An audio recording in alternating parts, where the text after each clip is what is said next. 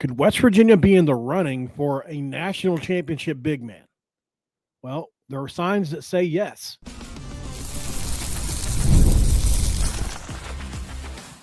You are Locked On West Virginia, your daily podcast on the West Virginia Mountaineers, part of the Locked On Podcast Network, your team every day. What is up, guys? Welcome back in. My name is Mountaineer Paul. I am your host. This is Locked On West Virginia Late Night Edition. Again, we don't sleep. We don't sleep around here. It's after 10 o'clock, and we're wired up, baby. Let's go. So let's get into this episode. Before we do, though, let's at least mention who sponsors the episode, shall we? Brought to you by Game Time. If you don't know, today's episode is going to be brought to you by Game Time. Create an account and use the code LOCKEDONCollege for $20 off your very first purchase, guys. And let me switch this here. All right, so if you didn't know, Sam Alexis plays for Florida, went into the transfer portal at the last minute yesterday, and something interesting happened. I saw it floating around. The first place I saw it was Voice of Morgantown. I don't know who actually put this out first, but a cool screenshot, and stuff like this happens all the time. I get it. Here's a screenshot of Sam Alexis posting underneath Honor Huff on his social media and on Instagram, team up. He just went into the portal a day ago. And if you're not familiar with who he is, I'll start it by saying this. I thought really hard about this, guys. I really did.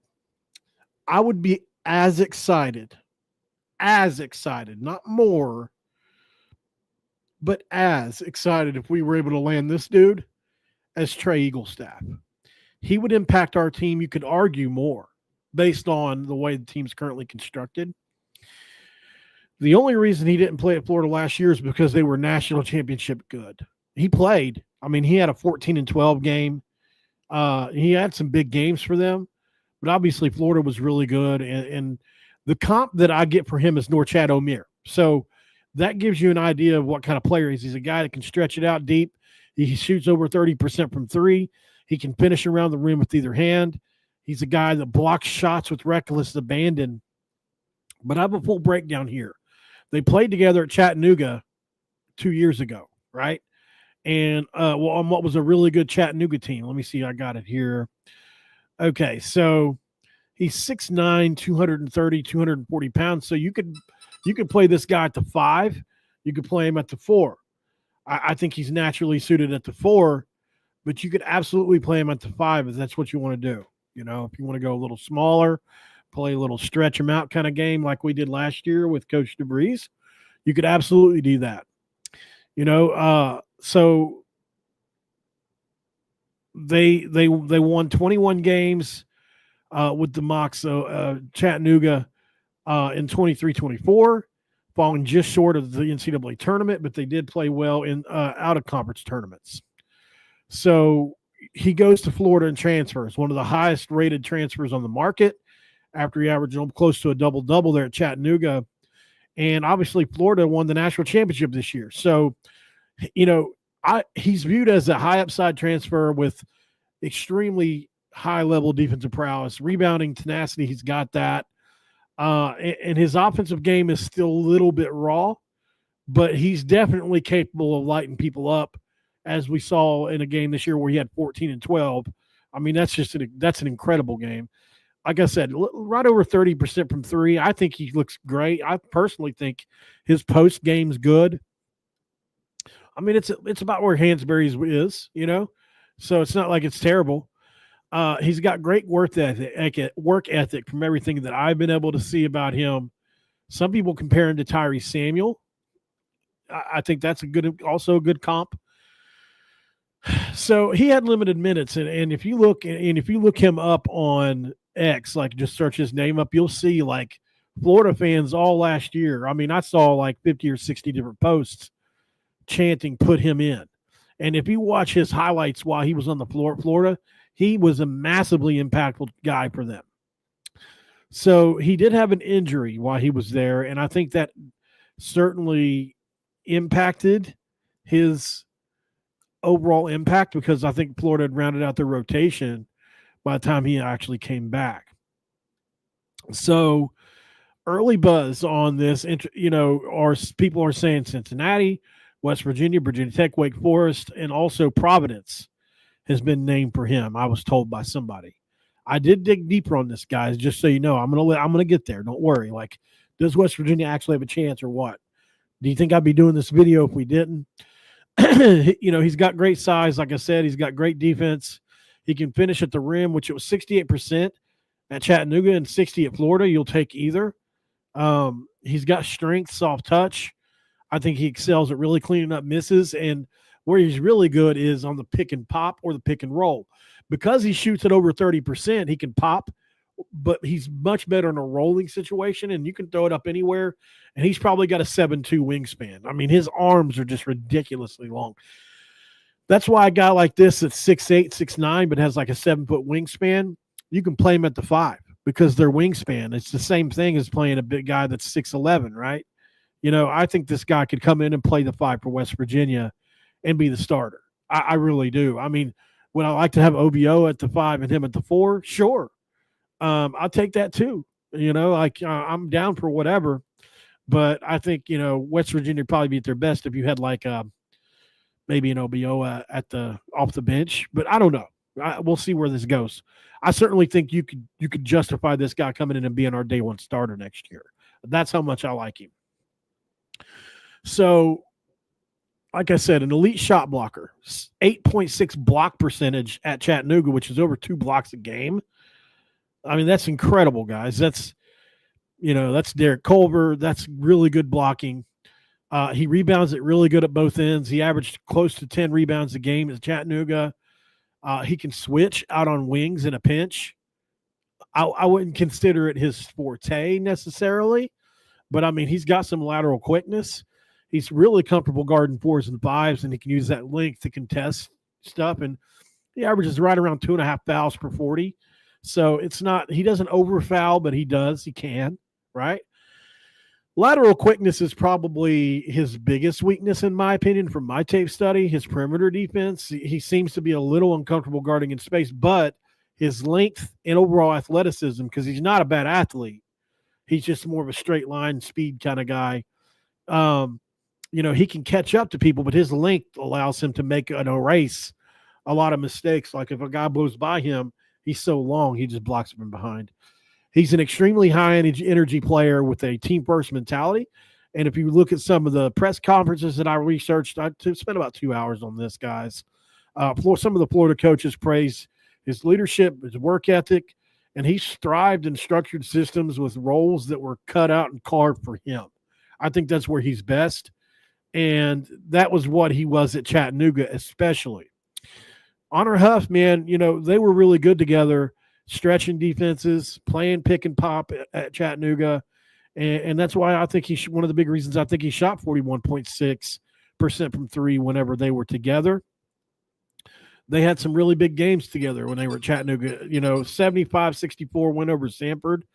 Huff had 23 points while Alexis had 12, 11, 3 blocks in that game. And then, they had really great chemistry in the game that I watched because I had to go watch a couple games of them, right, where their chemistry was pretty evident in pick and roll sets with Huff was setting up Alexis for lobs and different things. So it was pretty cool, man. Like I said, they finished second in the conference. I think if you picture him in West Virginia, this is the way I look at it. I think it's rim rocking dunks. It's going to be elite shot blocking. It's going to be relentless rebounding, 68% at the rim. He led the SoCon in blocks, man. He grabs boards like nobody's business. He works his ass off. And offensively, he does pose a threat. He's got sneaky soft hands. And while I don't think he shoots a ton of threes, you go watch the tape last year, he makes them. I wouldn't consider him a traditional stretch 4, but he can definitely pop. So he's a more of a paint protector that can switch, right? And he's pretty speedy when it comes to running the floor. Now, obviously, it's no secret that Coach Hodge needs bigs. This dude fits the bill. He's tough. He's experienced. He's ready to play well. I think in the Big 12, he's got 1 year left to boost his pro stock. Well, come to Morgantown and be a starter, right? I think West Virginia could be the spot. So let's see what happens here, man. Obviously, he's an unproven. He's a proven commodity. Even though Florida last year wasn't big time like they were hoping for, mixed because of the mixture of the injury and whatnot. So I think West Virginia's in the mix here. Now, I did do some digging, guys, and West Virginia's in the mix. They are. I mean, I don't know to what extent. I'm sure money's going to play a factor here. I don't know what you give a guy that averaged 4 points a game, but everybody and their mom knows has the upside to be one of the better big pickups this portal. So it's like one of those weird ones where, because Florida was so good last year, he had an injury. He probably didn't average what he did at Chattanooga. But, I mean, this is going to be another, I would imagine, because bigs go for so much, you're going to have to get into that 8-1 range to get a guy like this. It's just the way it is. Some people may not like it. Some people may not agree. But he is a good player, guys. And if West Virginia somehow lands him, I seen Indiana was looking at him. Somebody posted, I think one of the first comments was, "Hey, I'd love to get him just so they don't." They can't guarantee him starters minutes. That's where I think we come in a little bit better position, because you look at the bigs Indiana's already brought in, they're really good. This guy is going to be, he's going to play 25 minutes a game in Indiana. Don't get me wrong. 30 minutes maybe off the bench. Maybe he starts. I don't know. If he's going to start in Indiana, then it's probably over. But, I mean, you can offer this guy close to $1 million probably. Maybe I'm wrong on this. I don't know. I'm just going off the market when I see Federico is going to get $1 million, I was told, by a GM. So if that's the case, then this guy deserves close to that, right? I don't know. Who would you rather have? Let me know in the comments. Would you rather have Federico, who's closer to 7 feet tall, or would you rather have this guy, who is probably a better shooter? It's close between them. I would probably lean towards this guy. I think he's got a tad more upside. But I do think Federico, if you just give him somebody would actually let him start, then maybe so. So for those of you, I mean, look, like I said, this is a guy that averaged close to a double-double at Chattanooga. If you go turn on the tape. That's all I ask you to do. Good Lord, man. Go turn on the tape and see exactly what I'm talking about when it comes to this kid, because he's a monster. He really is. So I think you could, impact-wise, you could make a case that he could make the biggest impact, even though it's not going to be on offense. You got to play defense too, guys. And we've added a couple that do both, but we've got to add offensive and defensive threats, right? Let's go to break, guys. We've got right over 300 people watching if you count X, YouTube. So hit that like button while I'm over here. And also do me a big favor and subscribe if you're new around here. Share the video out, and we'll go to break. And then on the other side of break, we got football. We got more football things to talk about as well. I've got a list of players that we didn't talk about yet today that West Virginia is definitely involved in. One of them is an All-American. Stick around. We'll talk about it next.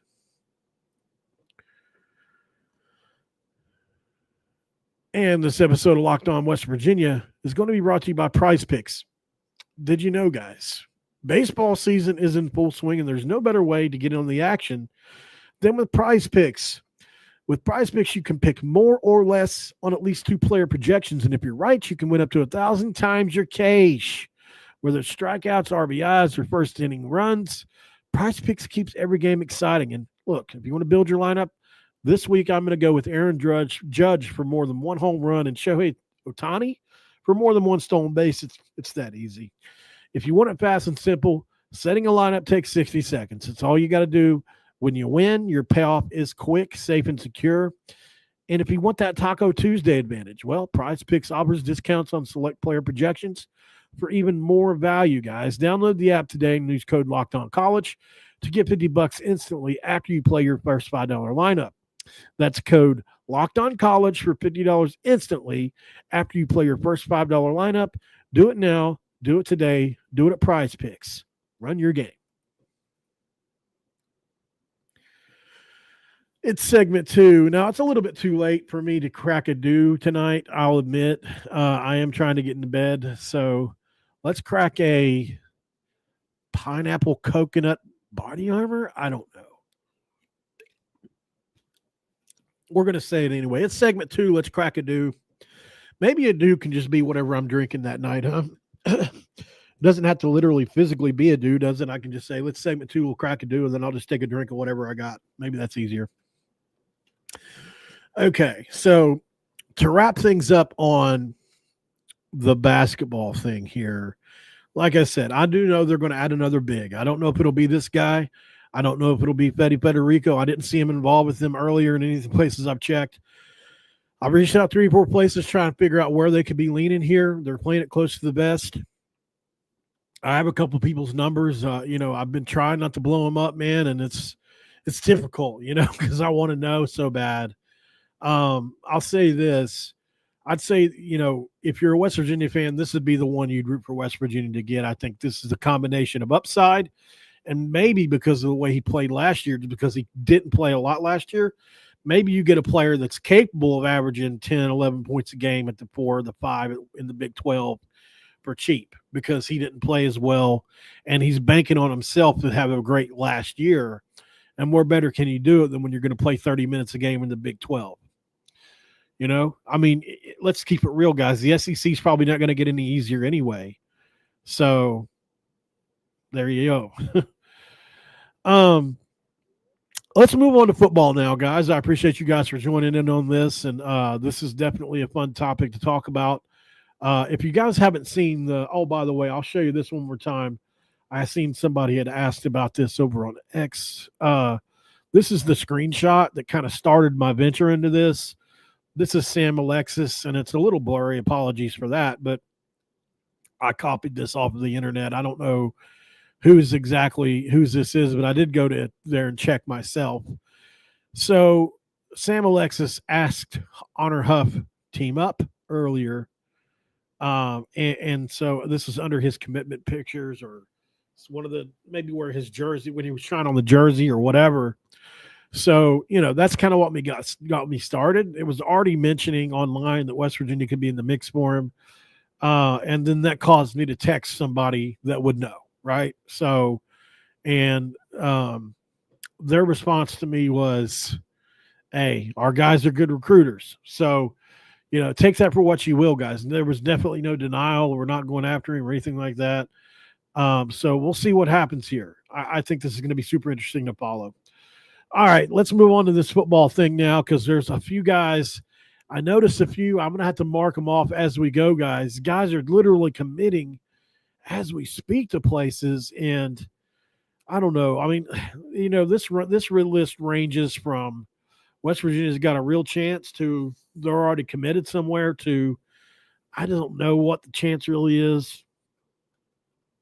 So let's start off with the player that already committed somewhere.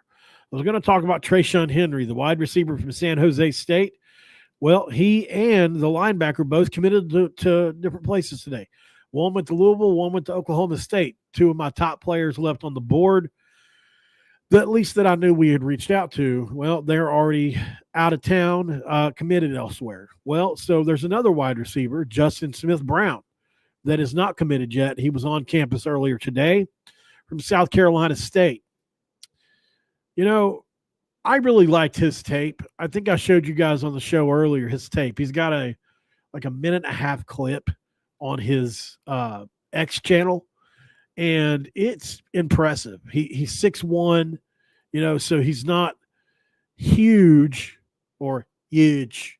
But I mean, you look at what he's done. He's one of these guys that's he's gotten better through development. This is what this guy is. He was a freshman in 2021, so he's been at this a while, right? Limited action due to COVID. Sophomore year, he played 9 games. He had 15 catches for 198. His junior year, he played in 11 games. He had 34 catches for 500 yards, 4 touchdowns. emerged as their top receiver. This past year, he was a team captain. 10 games, he only played in 10 games, but he caught 40 balls, 512 yards, and 5 touchdowns. It is rumored that he runs where did I see that? He runs a 4.48 40-yard dash. So that's good. He's a quick off-the-line wide receiver with good short area burst. He runs good routes. He's able to really get into pockets of coverage well. Like he was all-MEAC first team, guys. He had a couple 100-yard games against Morgan State. He had one against the Power 4 team where he had 7 catches for 128 yards and 2 touchdowns. So that's improvement. He probably needs to add a little bit of weight to handle press coverage at the next level. But, I mean, he's going to have to prove he can compete there, which is why I think West Virginia would be a great spot for him in the Big 12. It's a great barometer for players, right? No PFF grades that I can find. I'm sure he has them. It's just with the FCS players, it can be a little tougher. I do think he would come in and be I liken him to, I'm not saying he's this good, but he is a Jock Sanders, Darius Raynaud type player. Those guys that you can flip it out to in the open field and let them run, or you hand them a reverse. This is the kind of player that this kid is. So let's keep our eyes on him as a potential recruit for West Virginia. He was on campus today. I do think that he would make an impact, and certainly, be in that slot room with everybody else. By far and away, the number one player on the list would probably be Keenan Marion, the wide receiver from BYU. I did reach out. He did respond. He's 6 foot, 185. He's an All-American kick returner, guys. I don't think West Virginia is going to be in the mix here. He didn't tell me that. He said he was interested. But, I mean, you look at what he did against, like, Oklahoma State. He had 7 catches, 104 yards, and 2 touchdowns. This is probably $1 million guy, right? I mean, you're going to have to give this guy a lot of money to get him, I would imagine. He's a precise route runner with the ability to create separation off slants, digs, different kind of routes, reliable hands. He only had 2 drops, guys, all of last year. He's really elusive in the open field. He uses speed and vision to maximize gains from my tape study. He's a super willing blocker in the run game too, even though he's got limited size. So, at the end of the day, he's a 50 out of 50 on my transfer impact meter scale. He's a 4.4 40 guy, excellent route runner. He got quick cuts. He bursts out of breaks like nobody's business, man. I mean, he breaks down and he's gone out of that break. So, and the thing is he's got great moves off of the break. So if he ran an out 3 times in a row and he breaks down to run that out to the sideline, he's got a great secondary move off of that where he pivots and just leaves dudes in the dust. Truly, as close to, in these days in college, an elite route runner as you get. Like I said, he did say he had interest in West Virginia, but I think that's probably where it's going to fall. He's got too many big names after him. If West Virginia gets him, they're going to have to do the one thing that we haven't seen Rich Rod do for a player yet this year outside of maybe Jamori Robinson, and that's overpay, or pay a lot. So like I said earlier, this is going to be an interesting think tank, the kind of thing to monitor between Rich Rod and Coach Hodge, because I think it's 2 different schools of thought on the portal. Now, obviously in basketball, because you have less players, you're going to get higher dollar amounts. I get that. But let's not pretend like West Virginia hasn't been paying a little bit more than some people believe that these players are worth. Like, not a lot. They're like 100 or 200K in some cases. And I don't think Rich Rod would do that. So it's going to be interesting to see which philosophy plays out, because obviously Coach Hodge has come in swinging. And, it's interesting. Rich Rod's been around 30 years, and he's playing it very tentatively like you would expect a first-year guy to. Or maybe his lack of experience with all this is causing it. I don't know. Maybe they just got it like that too. I mean, it's just one of those things. I appreciate you guys in the chat, by the way. Shaq, Raven, Dylan. You guys are great, man. What are you talking about? Oh, somebody's in the chat trolling. Okay. Let me see. Let me find this next player. Okay. So as we move through here, obviously we've got Cash Cleveland, who I would love this one. I love a guy that's a walk on, and this is a walk on at University of Colorado, and then all of a sudden he he somehow, some way makes his way in to the starting lineup the last 6 games of the year, and somehow becomes a freshman All-American.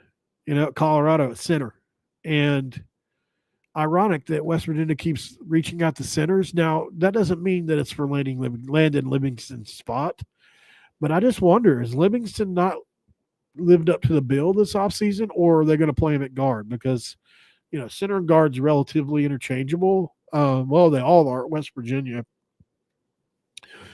I'd just be super interested to see if West Virginia can land the guy. Obviously, this is one of those ones where I look at it and say, I don't know. Let's go to break one more time here, guys. On the other side, we'll finish this up, talk about the last player. Stick around, guys. And this episode of Locked On West Virginia is going to be brought to you by Game Time. There's nothing like the atmosphere of the NBA playoffs, guys. Every bucket, every defensive stop, every moment feels huge. It's electric in the arena, and with Game Time, you could be part of it without the stress of last-minute ticket hunting. Game Time makes it fast and easy to get playoff tickets, even when the demand is high. Prices on the app actually go down as tip-off gets closer, and last-minute deals can save you up to 60%. All-in pricing means no surprise fees at checkout, after all. So what you see is what you get. Take the guesswork out of buying tickets with Game Time. Download the Game Time app, create an account, and use code LOCKEDONCollege for $20 off your first purchase. The terms apply, but if you create that account, redeem the code LOCKEDONCOLLEGE for $20 off today. Download the Game Time app today. Last-minute tickets, lowest prices, guaranteed. And then ask yourself the question of questions. What time is it? It's game time. All right, as we roll in here, guys, I appreciate you for joining me for another episode of Locked On West Virginia. Been a fun one. Late night edition, obviously, as we approach 11 o'clock at night. Those of you listening on podcasts may not get this until tomorrow, which is fine. So last player on the list that I have, let me make sure I still have him on here. I thought I did. Ben Bogle, Southern Illinois Saluki, which is pretty cool. Obviously, another FCS player. Not the first Southern Illinois player I've seen out there, by the way. He's a 6'1", 6'2", 225 linebacker. Typical for FCS guys because usually they're right around 200, 215 when they first get in there. It's definitely in Zach Alley's system. That's a pretty good size backer. He's another guy that's developed, and unfortunately for Illinois State or for Southern Illinois, West Virginia's come swooping away, right? Probably when he's going to be his greatest. He's 5 years into his career. Freshman in 2021, 2022, he was a redshirt guy. He played in 7 games. 2023, emerged as a rotational linebacker, where he played in 11 games, starting 3, and had 32 tackles, 2.5 tackles for loss, and a sack. Last year, as a full-time starter, he played 9 games, had 60 tackles, 4 TFLs, 1.5 sacks, and interception, and was an NBFC honor roll for academic and athletic performance. My tape study, he's strong at reading gaps and filling lanes against the run, especially in short yardage situations in the FCS level anyway. His pass coverage, he's developing into the zone coverage. I think he struggles against quicker slot receivers, and he's adequate against tight ends, but he's a reliable tackler. He's only had about 8% missed tackles over his career, which is pretty damn good. Really high football IQ. I think he positions himself really well pre-snap on a lot of my study, and that's something that you just don't see a lot. Guys in the right place pre-snap. You see guys rely on their athleticism to fix it later on in the snap sometimes. It's something you see, but it's not something that the good players have it, right? A guy that's in the right place. You don't have to be an elite athlete to get high production if you're in the right place. So, like I said, 72.4 overall grade, which is above average. Obviously, run defense is 75.8, which is really strong. At the pass, he's 68.2, which is still average, right? His 65.7 coverage grade is an area for improvement, especially man coverage guys. They beat Northern Illinois while he was there. I went and watched that game, parts of it. He really played well in that game in a team that beat Notre Dame. Don't forget, he was really, really good in that game. I think he'll be an undrafted free agent when he goes to the NFL, unless he has some incredible year this year. I think he needs to add bulk, obviously, to handle NFL offensive linemen. No way at 225 is this guy going to do much of anything. He's got to get better at man coverage skills. Because these modern NFL schemes will take a guy that's unathletic and use that against you all day. And I think this is a kid that if West Virginia adds, he'll be a rotational piece. I don't see him as supplanting anybody or starting over anybody or anything like that. But, I mean, at this point, I think they're just trying to do what they can with certain players. So, this is a guy that I don't think is a bad player by any means. And he can absolutely prove me wrong, but this one doesn't light me on fire like some of the others. So, I would love to have him prove me wrong, like I said, but we shall see. Guys, if you don't mind, like the video before you leave. If you're ever on X, if you don't care to come over here and like the video after you're finished, I would really appreciate that. That's basically what keeps my lights on in the house, guys. You guys interacting with this means a lot to me. And like I said, this has been a fun one to do because anytime you can take a social media picture like that of a guy and turn it to an episode, the beginning to the end of that was been fun for me. I see the picture, I'm like, oh, that's cool. And I'm like, well, let me try to add this guy, and I add him. Then I'm like, well, let me send this picture to somebody that might know. That I send the picture, and then I get the response I get, and it's like, nobody's denying this. What is going on here? And then I started digging a little deeper and figuring out, okay, so there's real legs to this. Now, I don't know if the kid from Florida ends up at West Virginia or not, but I'll say that we've got as great a shot as anybody else. If we're willing to pay for it, I think he'll be in Morgantown. So let's keep an eye on this one, guys. Maybe he'll get a visit. We'll know about that if it happens. It should be fun to track over the weekend. Portal's closed, so who's out there is who's out there. And West Virginia, I'm sure, has their eyes on certain players. All right, guys, I appreciate you for joining. If you could, like I said, like, share, subscribe, the whole deal. If you're new around here, all subscribe is just a follow button. It's no different. It costs you nothing. Thanks for making Locked On West Virginia your first listen, guys, or your second listen for today. If you could do me a big favor, make Locked On, what is it? What's the other one we got? I forget it now. Oh, yeah, Locked On NFL Draft, guys. If you could check those guys out. Keith Sanchez and Damian Parson do a great job over there. Your favorite collegiate players, Wyatt Milam. You want to know how he's doing? They just talked about him the other day. Get ready for the next level because they get the best draft rankings out there, in my opinion, right now. And they do rumors and news every day. Who's going to draft who's positioning themselves to draft who's going to trade where. So find Locked On NFL Draft on YouTube or wherever you get your podcast, guys. If you want to follow guys like Wyatt Milam, that's the spot for it.